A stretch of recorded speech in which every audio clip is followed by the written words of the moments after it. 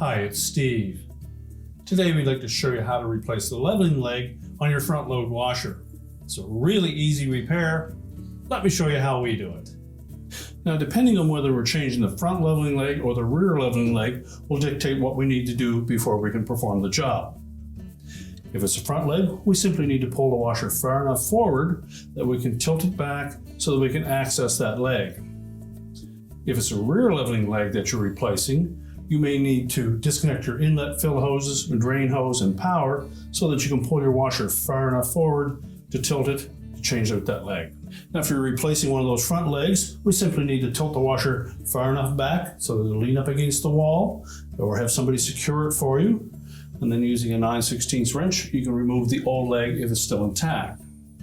If you're replacing one of the rear legs, you'll want to pull that washer far enough forward, tilt it sideways, lean it against the opposing side that you're replacing, and again, we'll simply remove the old leg to replace it with a new one. So using a 9/16 wrench, we'll fit it onto the jam nut or locking nut.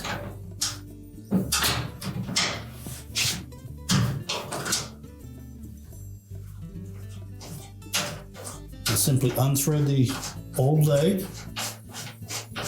Now examine the old leg, and if the threads are quite damaged on that, you may need to run a tap up into the base of the washer to reset those threads. Just ensure that you pick the proper size and thread pitch. So next, take the new leg, and first off you'll want to loosen that jam nut. Make sure that that's free.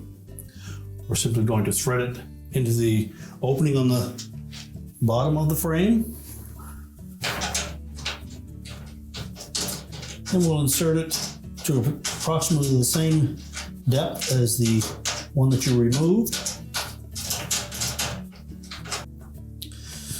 Now, before we tighten that, we'll set the washer back down, put it roughly into place, make any adjustments as required so that we have corner to corner and front to back leveled and solid.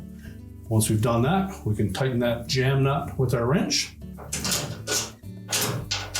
Be sure to tighten that jam nut so that it doesn't become loose, and then we can push the washer completely back into place. We now simply need to push the washer completely back into place, check the leveling front to back, corner to corner.